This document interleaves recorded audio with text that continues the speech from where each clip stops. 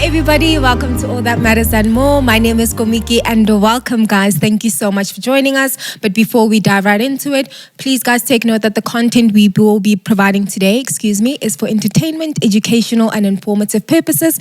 And please do not consider this as professional or medical advice. So guys, today I have three amazing young men with me today. We definitely are going to have an interesting topic. We are a little bit late, but as I was telling the gents that I think it is still important for us to have this conversation. And I think it's, for many years to come, because obviously everything is ever changing and evolving. So yeah, thank you guys so much for joining me and for being on Matters and More. We really do appreciate it. And yeah, please definitely introduce yourself. You can say what you want. Cool little phrase, anything goes. Not much. Hi, my name is Leo, and I am a musician, not just a producer. Okay, cool. What's up, everyone? My name is Nami, and I'm a chartered accountant by profession, model, musician, and most importantly, a man of God. Hi guys, Swanedongo was the name. I work at Outrance and I'm a social entrepreneur. Oh, okay, cool. Nice, thanks. So, guys, I was obviously saying that it is a little bit late. Men's mental health was obviously in June, but I still felt that, and I was telling the team that I felt that it's so important that we do have a conversation like this. I know this is going to sound bad that I'm saying this. I'm a registered counselor, but I was also just like, oh, there's a month for like men's mental health. I was a little bit embarrassed because I'm like, what if I had been practicing and like people came up to me like, hey, we want to do something like this, like there's a certain level of ignorance I think that we still hold. With the topic, with myself as well. I need to keep myself updated. So in case somebody does come, I'm all prepared.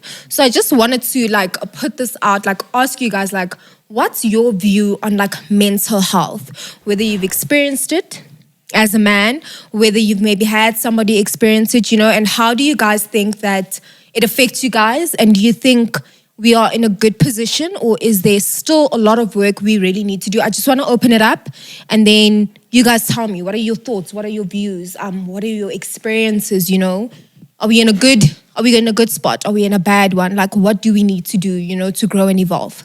So we can start with Leo. I think my view on men's mental health is pretty much just on, I think as a man, you just need to be very aware of the role you want to play in society, and that's usually right parallel with how you're doing. Yeah. Because I don't think anyone is just born with knowing exactly where they want to go. So I think just what's more important than just getting to your destination is actually understanding your condition as you're, taking your journey to where you need to go. Yeah. And then I'm just going to keep it brief. As far as experiences, I wouldn't say people are ignorant to men's mental health. I just think it's got into some type of fashion to kind of cast away or, throw stones at men to say that we don't experience these type of things, just having my own personal, because a lot of people will talk a big chat of oh no, mental health matters, but when you do deal with someone within your circle or whatever, most people just tend to kind of discard and instead of taking the time and understanding, because most people will portray and say no, it's very important, but when it comes to the action and the experience of it, it's usually left behind. For me, I feel like we still have a very long way to go. We, as African men, I think there's a lot of paradigms and certain roles we fulfill and follow, and we're still a long way from actually being vulnerable and talking about the things that impact us and impact the community. And it's encouraging to experience and see people talking more and more just about their mental health and opening up, because that's a conversation that we couldn't have with the generation that was before us. Yeah. It's almost like we're navigating things currently on our own, and it's a new space, and it shouldn't be. There's so much information, so many resources, but even, for instance, just the topic of therapy, which I believe in very much so, that's still something that's considered, hey, what's wrong? It's a little bit taboo. Yeah. You know, to go to therapy. Oh, what are you going to do for an hour talking to somebody? But I feel like we have a long way to go, but we're en route. I think my view on mental health is sort of similar, but obviously there's very contrasting views to the way I view things. I was raised very sort of traditionally, which is very different from what we have going on now. So I was raised in a very traditional home. I was raised by my father, my grandfather, my grandmother, my mother. So I was raised in a full house, and I think for me, what mental health means to me is being able to, regardless of, like, I think I feel best when, regardless of how I feel, I was able to do the things I needed to do as a man. You understand? I think those are the things that I feel like we are ignoring when it comes to men's mental health. We're saying, I'm not against, us finding, safe spaces for us to open up as men. We do have loved ones. We do have people who are close to us. And it was taboo before, to open up as a man to even your loved ones, to even those who were closest to you. But I also think there's also something very important in, I don't want to say ignoring how you feel as a man, right? But knowing exactly when to open up, who to open up to, and like what is important and what is not. Because a masculine world, in my view, is very competitive, right? You're competing for every dollar you make, for every girl you talk to. They're competing with multiple men all around the world for everything that you have. So when you're a man and you dwell too much in how you feel, you're not as competitive. You're not going to be able to be as successful as you want in life, and that's a big contributor to men's mental health. A lot of depression that I think, or let me say, depressive states I've been was simply because of achievements, pressure, things like that. So I think men's mental health is very much focused on things like that, and I don't think we should drift away too much from what for me, mental health for a man should look like. Okay, cool. Do you guys agree to what he's saying? 100%. Like, elaborate more. Like, why? Do you think, because my next question actually was going to be, where do you guys feel like you're the most, like, under pressure? Because I think it's more of females are more the vulnerable ones, but where is this root cause stemming from? If it's not stemming from your usual, obviously if you have like a generation where you guys are, where you've maybe had like your father who's had depression and then it will pass on, or if it just kind of happens because of your brain, certain liquids or fluids are not necessarily balanced, in order for you to think like a normal human being. Do you think that men's mental health is stemming from the pressures that you men have to deal with?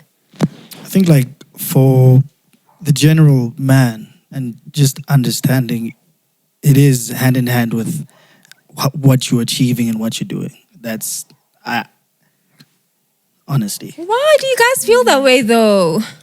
So I agree with what Spo was saying, and the way I view it is, in our society, the way it's set up, there's certain things that mark your success or achievements as a man, and a lot of that's got to do with money, power, being a provider, or whatever the case is. It looks different for different people, but I think we can sort of surmise it and put it in that box, and that pressure, when not handled or dealt with properly, can lead to a lot. It can lead to also resentment and a lot of other darker negative emotions, because you're looking around and you're seeing what other people are doing or what they portray they're doing, because social media is also not reality necessarily. But you're looking around and thinking, I want access to those things. How do I get there? What do I do? How hard do I have to push? And if you don't know where you're going, you don't know what you're about, you don't know what your purpose is, you can get swept up in trying to live someone else's life or trying to live someone else's reality, or reality that's not true to you. And you then, like you said, like a lot of your depressive states can come from that. But there's a lot of pressure. I think I experience a lot of pressure. I think I can be very honest about that. Yeah. From myself, from society, I look around and I'm like, the things I want are really big. And a lot of those things are informed by what I want, for myself. But they're also informed by society. Genuinely, I'm in a society, I live in a society. I can't be an island. A lot of the things that I want, the fancy things, a lot of those are informed by what society would deem success for a man. Can I just also Yeah, sure. I just want to just add on, because he was going to a very important point in saying that, like, I also feel like you have to be very comfortable as a man, understanding that as a man, life is hard, right? I think I was grown up to think that, and it's been my continuous experience with life, so it's very difficult for me to understand it from any other perspective. But as a man, once you embrace the struggles that come with life, because you're not going to become a good man. Like, anyone I've ever met that I've ever regarded as a good man has gone through really difficult circumstances in life. The most turmoil circumstances you can ever imagine have created the best men that I personally know. So it's been situations where I feel like, and it's been people that I've met who haven't struggled so much, that I feel like, could do some character development in terms of becoming better people for themselves tomorrow, not for anyone else. So I think once you're able to sort of embrace, and this, I just want to tie it back to the point that he was going to, the fact that it's pressure, but it's necessary pressure. Like, it comes from yourself, it comes from society, it comes from, like, you accepting the fact that, you are a man and there are duties you have to do, regardless of, A, B, C, D, what you've gone through, how you feel about that, about this. There are things that, regardless of how things are, you have to get done. And I honestly do believe that then, when those things are not done, then that's when we can sort of look into avenues as to what happens when those type of pressures aren't dealt with properly. What happens to a man when the things that they set out to, to fulfill goals they set out to achieve don't happen. I think that's mainly the direction that mental health should take, But I feel like, yeah. In terms of the pressure comes from everything. As a man, if you are like a man who realizes what they're supposed to be doing, as Leo was saying, that you have to know what you set out to achieve as a man. That's probably your platform. You need to know what you need to achieve. You need to know the boxes you need to tick. Not all of us have the same duties. We don't all come from the same families. We don't have the same sort of goals and achievements. Yeah. So the pressures aren't the same. But regardless, for every single man, there are certain pressures. And I also feel, okay, I'm going to drift off the topic. No, continue. Go on. Let him cook. Because then I wanted to ask you guys, right? Like, I get what you guys are saying. I didn't, once again, I'm going to say, you guys are also teaching me a lot, because as a registered counselor, I didn't think that it came from pressure. I just thought that, you're coming here, I just kind of have to check the DSM-5 and to be like, okay, cool, you have depression. How do we properly diagnose you? How do we properly refer, and so on and so forth? But to me, it just seems like you guys are naming somewhat symptoms that will lead to depression. But my question is then, what about somebody that has psychosis or bipolar as a man? All of these other disorders that we necessarily aren't talking about, that aren't important, that don't come up. Or what if now your child is born with autism or a learning disability? I think the biggest one for me that people don't understand is that you can have more than one mental disorder that are attached to each other. Personality disorders. What are we then going to say? Is it stemmed from the pressure that you guys are feeling? Or then do we look at other avenues? Where does that come from? And why are we ignoring all of these other things? I get it, it's pressure, guys, from society, but when are we going to then start looking at things as a whole instead of, breaking it down? Because then we're not combating. We're not preventing. We're just only making the problem worse. We're not getting to the root of the cause. I don't know. What would you guys say when it comes to that? Okay, I'll personally discuss the psychosis one. Yeah. Because I had a psychosis episode in 2021. I think with psychosis, one thing that I want to put out, it's not a permanent condition. You understand what I'm saying? We're lucky that we live in a day and age where you can get information about these things. Mm-hmm. So, just to put the base on that. It's not permanent. And then as far as like, okay, I'm not gonna answer on the bipolar and everything else. I Yeah. just wanna focus on the psychosis. And as far as like going through it, I think the biggest you get the biggest job done when you accept what has happened. You know, a lot of things come and go through accepting. When you're accepting something, it doesn't mean that it's true forever. It just means that you understand that it happened at that time, or whatever the case may be. Understand what I'm saying? So I think one of the things that I was going through and experiencing during that time, which my psychologist told me, is like, don't focus on how people will look at you with like the stigma of, okay, no, you went through a mental health case. It's in that moment, what you need to understand is, okay, this is where I was. This is what happened, how I feel about it. Do I feel like it set me back? And if it did, this is what I want to do to move forward. You get what I'm saying? So as you can hear in all of these things, there's one theme. It's accepting what has happened, because you can't move forward from something if you're not gonna kind of like, I guess, understand and relive the situation again. A lot of conversations have to be had, mostly with yourself, because with other people, it's more on you understanding the relationship you shared. You understand? Like for me, a large majority of the people, and I'm grateful of people that I've been friends with, business partners and etc. They actually were more concerned as to why I was out of character, not the fact that this is what happened. Yeah, this is what happened. You know, it was only a small portion of people who tried to kind of like, they actually make it about themselves.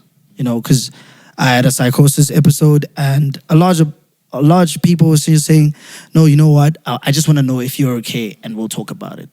And then there's just a small portion of people who will just say, no, you know what?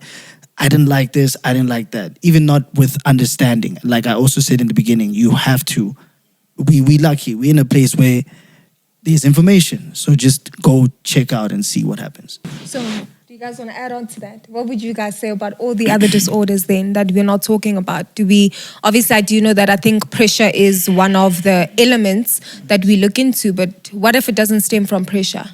What if it stems from something else? I just want to say, right, like I'm like, with what I said earlier, I'm not an idiot. I know like PTSD, things like, you know, autism, you did say some people do get born with issues like that. But I think like a majority of men facing what we would say mental health problems currently, right, face it from a depressive or depression sort of state. But we'll get to that. We'll get to that a little bit later. I want to speak into the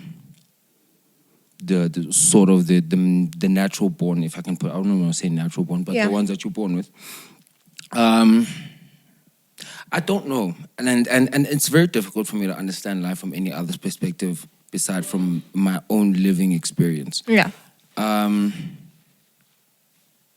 Like there was a story I was watching about this other kid who had OCD, right? Mm-hmm. And if he didn't go down the stairs, like in a particular way, like he had to go down the stairs, like skip one, and then, like I'm not sure of the pattern, right? But there was a pattern. He had to go down. If he didn't go down the stairs, he had a breakdown, and you know his parents, you know, made it a thing. And I mean, I grew up Olund, right? And like I don't want to put this in a, but I'm trying to put it into perspective. I've never seen anyone, commands, you know, with the very same problem, right? So I also think it's I don't wanna downplay it, but it's very important what the parents teach the children. I hear you. Right, about their mental, you know, problem, you know, because I also don't want to say it's a mental illness or it's a mental, because as Leo was saying, some of them are momentary things where you go through it at that point, it affects you in a particular way, and then once you're gone from that, you know, it's not like there are shades of psychosis left over or anything like that. There are some of them that in which you do gain them as time goes on, and with the right sort of if you with the right sort of diagnosis of why it's there, I think it's easily changeable. There are ones that are more scientific, like there are ones that aren't very easy for us to answer in terms of how we're meant to combat that. But the ones that we're speaking about are, someone who's 26, 25, 24, who's saying, they've had a difficult life. I definitely think there's nuance to it. Yeah. And some things need to be left to the professionals, not in a way where we don't take any responsibility or do anything about it. But I do feel that when we get to a place where the people around you, or in general, we can be vulnerable enough to go to someone and them saying, hey, if you were to go to a professional, what do you think about that? I can help you with that, or I can drive you there. So I'm not saying go to the professional and just shun people. I'm saying lead people in that direction. There's no shame in that. I think for a lot of people, there's internalizing, or there's so much information and disinformation on social media with people diagnosing themselves. And I think it's taking away a lot of importance and relevance of the actual professionals. I think if there's someone in your life or someone in your circle, and I'm sure we've all experienced that, who's dealing with something that's really, that's really like a diagnosis, a lot of what you can do is limited as a person, and it's only beneficial to them if it's hand in hand with a professional, hand in hand with medication, hand in hand, and then you become part of the support system. But right now, I do feel like we don't even get people to the point of talking about it, or even acknowledging that needing help is not a bad thing. People will run and run and run circles around avoiding that. Yeah. And I'm big, I'm like, if I don't know how to fix cars, if something's wrong with my car, I'll take it to the mechanic, If something's wrong with your brain, there are people that are qualified. And it's great that we live in the information age, because that also helps you, whoever you are, as part of the support system, to have information. And it's also great if the person that you're walking the journey with is sharing information with you. That's useful. As your friend, I would want to know, how can I be of assistance? What helps? Where can I be a better friend or a better partner, or whatever the role is? But I think my point is, when we remove that fear or disregard or taboo or whatever it is, and like I said, I believe in therapy, because I feel like a lot of the time, if you were with your therapist, that's like step one to getting to where you need to go to if you needed more help. Yeah. So that's what I strongly feel. Thank you so much. And I actually quickly I like that you said that basically you just kind of also covered what is lacking is proper referral. And we were having a conversation with Lebo. She obviously has an organization, and I was actually explaining to her, how do I properly refer, in that case, how do I refer somebody, for example, a friend of mine who has been raped? I don't know what to do. And how do I properly refer her? Because how can I help her? There's rape kits. She needs to go take a proper statement, So just from Leo and Sbo, where do you think we're lacking? Yeah, but mine is very short. I think we're lacking by trying to internalize, because I've seen a lot of people who go through hard times, they internalize and try to use the hard time as fuel to get to somewhere.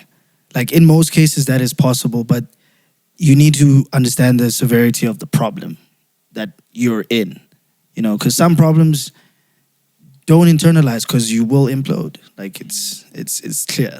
There's no further. Yeah, that's what. 100%. I think I agree with what he's saying. I think you have to understand what I saw a psychologist, and after a couple of sessions, he was like, bro, I don't mean to belittle what you're going through, but you have no serious problems. You're not about to commit suicide. You're not about to, it's just, fixing this, and everything is okay. So you don't have a disease. You don't have. So I think it's very important understanding the problem. Understanding the problem, and as Namo was saying, that referrals, leading someone that you feel like might do them a world of good is also something we're very much lacking, especially as men and amongst ourselves, amongst our own circles, whether it's at work or friendship circles or wherever. But it's definitely the main thing that's missing. And I just also want to add this on, right, in terms of the misinformation, right, that's being spread about mental health, and how we're supposed to address it, and the taboos about it. I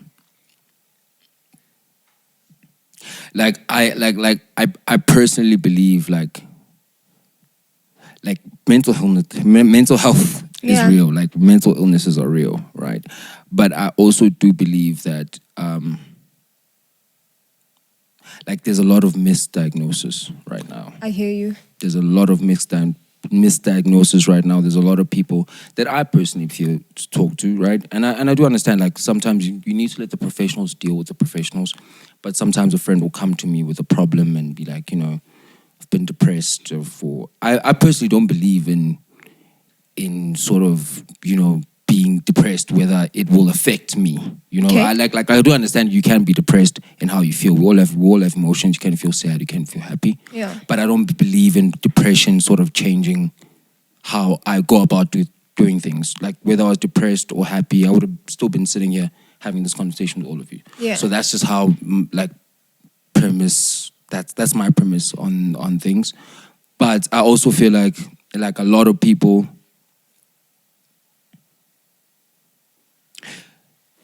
We as just as men, we need to sort of sit down with each other, because it's also not a conversation you can have on your own. We need to sit down with each other and sort of, like a lot of people... Creates a healthy environment, maybe? Yeah, create a safe space, because a lot of people didn't grow up with sort of, let me say, the support that I had. Because I grew up with my grandfather, grew up with my father. They're still alive right now. I still come to them with a lot of issues I face as a young man. And I know a lot of people don't have that avenue. And, it's creating spaces like that, where you sort of debunk a lot of things that, you're like, okay, society is saying this and this and this. Bro, if you do this, trust me. How do we change the narrative? Yeah. I think there was two things I wanted to say. The first was we need to be careful not to minimize too much the impact of depression. How you said, whether I was depressed or happy, I would be here. With depression, as a diagnosis or as a state, it can be very hard to do things. Someone who's depressed can not brush their teeth for 3 days. That's very difficult. And there's even small things where, as a man, if you don't have enough testosterone, I found this out lately because, I hit 30, so I'm 31 now, and as you get older, your testosterone levels and what we eat and all of that impacts... But all the stuff that you do. Your testosterone. Yeah. But things like that impact your testosterone because we're not a very active society, we don't eat right, etc. And then it leads to depression. So there is a fine line between not being careful. Sorry, bro. Can I just address just that quickly, right?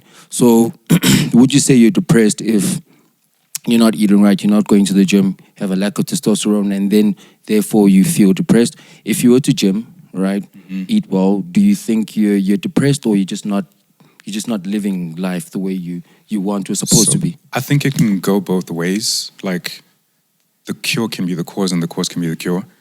And what I mean by that is there could be a state in your life where if you change the right things, you would work yourself out of that.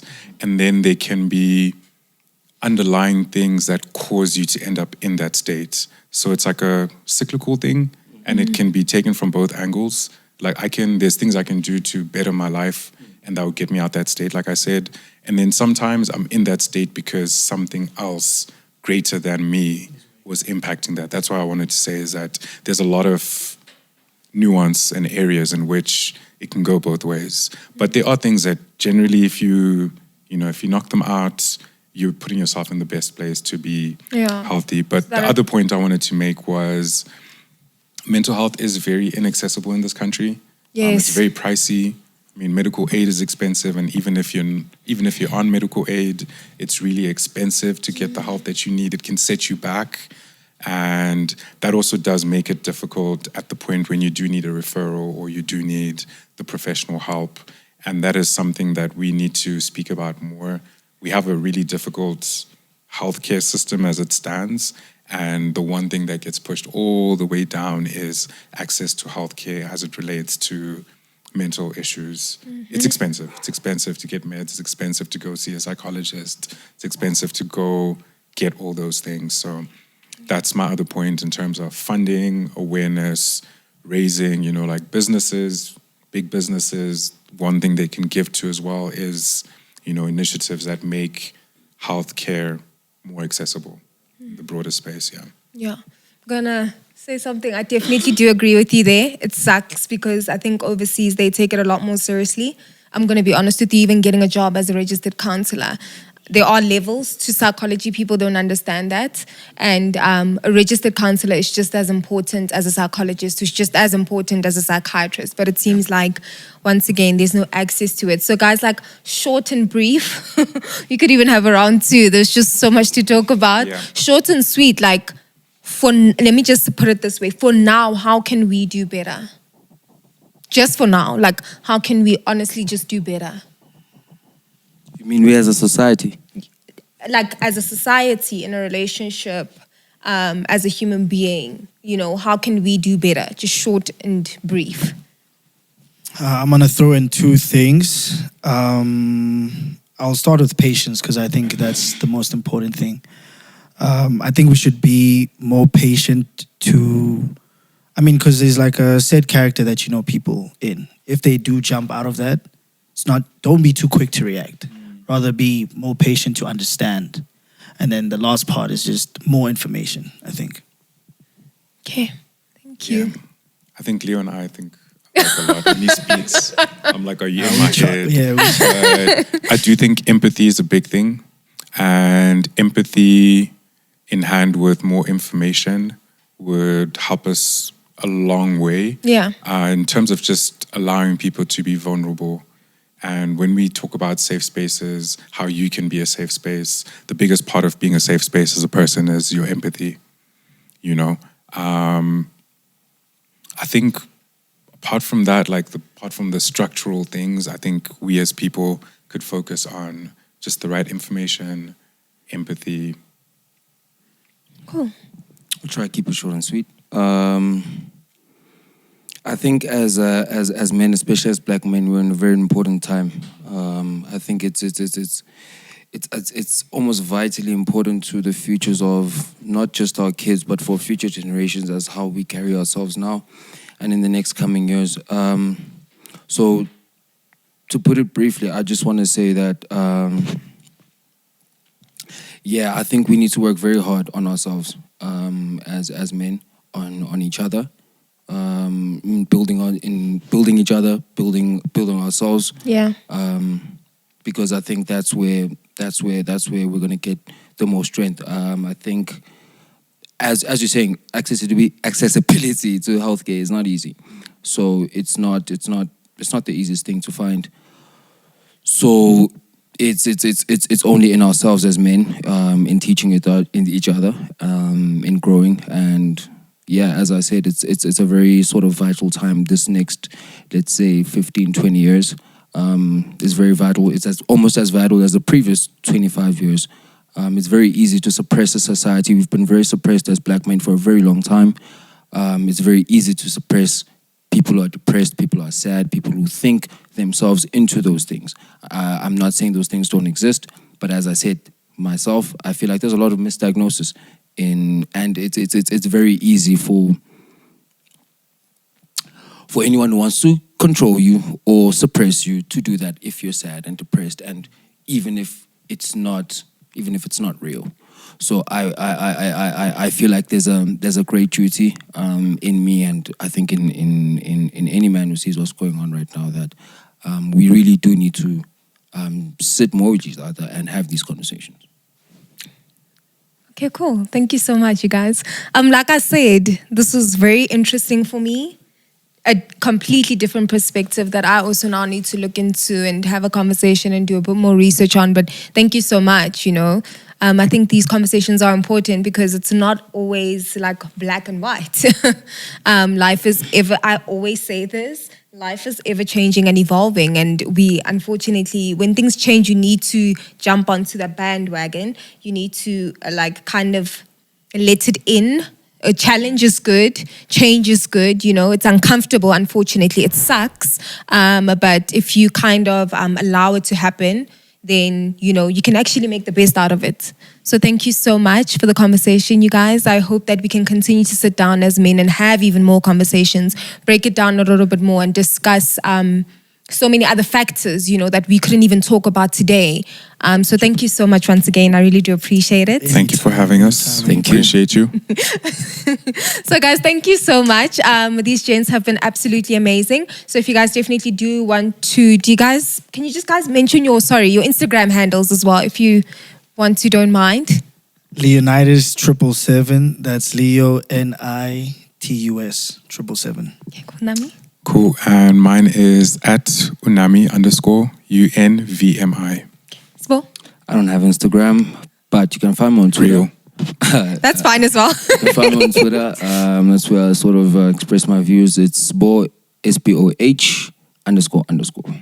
All right, cool. Guys, thank you so much. And guys, if you definitely want to join into the conversation, you guys can find us on Instagram at Matters and More. We are also now on Facebook. For anybody that still uses Facebook, well, maybe the older people. We're also on Facebook at Matters and More. Guys, we also are on TikTok as well, Matters and More. And if you guys would like to email us on anything that's interesting, something that you guys want to discuss or want us to sit down and have a conversation about, then you guys can email us at info@mattersandmore.co.za. Other than that, thank you so much, guys. Still continue to keep warm and take your vitamins. And yeah, that's it from us.